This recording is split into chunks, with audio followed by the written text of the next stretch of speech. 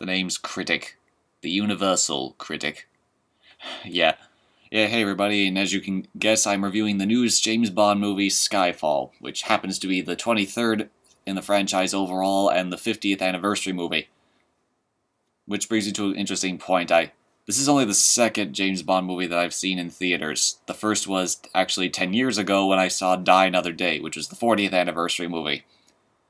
And I can say that at least in theaters, I've seen both the best Bond movie and the worst Bond movie. The worst being Die Another Day and the best being Skyfall. So, yeah, actually, I think Skyfall may be my favorite Bond movie now. Why? Because, well, it actually tells us more about the character. Like, it takes risks with the character. Yeah, it pays tribute to the earlier movies, like as an anniversary movie is supposed to, but it develops not just Bond's character, but also the characters like M, played by Judi Dench, who is perfect in the role, and we even get a new Q, played by Ben Whishaw, who I admit looks a little too young for the part, but they poke fun at that in the movie, and we even get a new Moneypenny, but I won't spoil who it is for you because it's a kind of a surprise. So overall, Skyfall was awesome. Let's see, what should I talk about first? Well, the opening sequence is pretty interesting. I won't spoil it for you, but it's quite tense. Like, you're really surprised. You really don't see it coming. And I should probably talk about the theme song for this movie recorded by Adele, who did a very, very good job. In fact, I think it's probably the best of the Bond themes I've ever heard. Even better than Goldfinger. Yeah. So yeah, Skyfall is awesome, but I should probably also compare this movie to the other two Daniel Craig movies, Casino Royale and Quantum of Solace, which I only saw just recently, but Casino Royale I really liked. I thought it was a really good way to bring the series back and start fresh. Yeah, Daniel Craig is very good at James Bond, and I like him because he doesn't look like your everyday, like the typical spy you see in movies. He looks like a regular guy, which is perfect. Yeah, I really liked Casino Royale. I can't say the same for Quantum of Solace. Yeah, Quantum of Solace is probably one of the worst Bond movies ever, but it's not that it's annoying. Like, at least Die Another Day is kind of fun and how, like, over-the-top and goofy it is, but Quantum of Solace's main problem is that it was boring. It was just so boring. It even put me to sleep. I didn't feel engaged at all. It just... Yeah, so Casino Royale was really good. Quantum of Solace was really bad, but... Yes, but Skyfall is really good.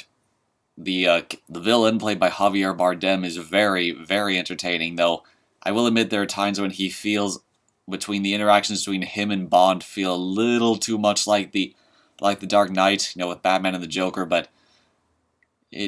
those scenes are few and far between, so it doesn't matter, but yeah, Skyfall, it's really good, especially for the emotional depth. For, like, I don't want to say anything because this time there actually might be spoilers.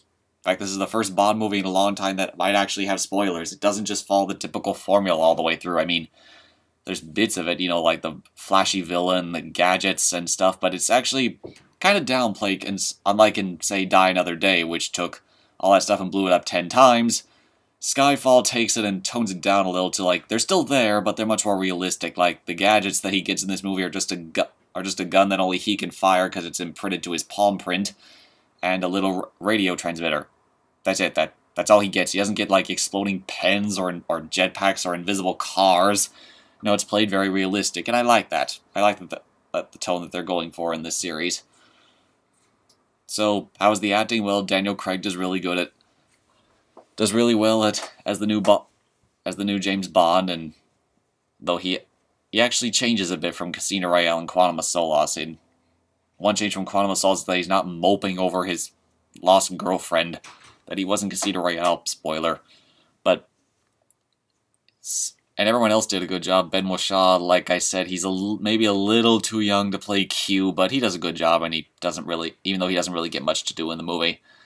And speaking of casting, near the end of the movie, we are introduced to one of Bond's old friends. He's an old Scottish guy, and I read online that Sean Connery was almost offered a cameo in this movie, and I'm feeling, the minute you see this character, I won't spoil anything for you, but when you see this character, you're like, that was totally supposed to be Sean Connery, wasn't it?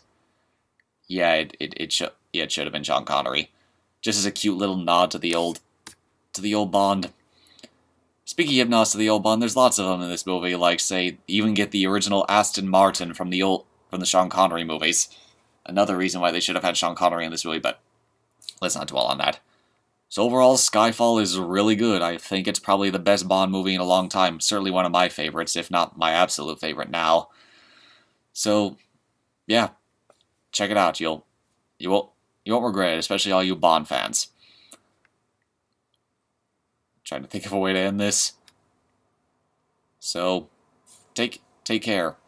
I'm the Universal Critic. I'll take it shaken, not stirred. Just had to throw that in there. See you later.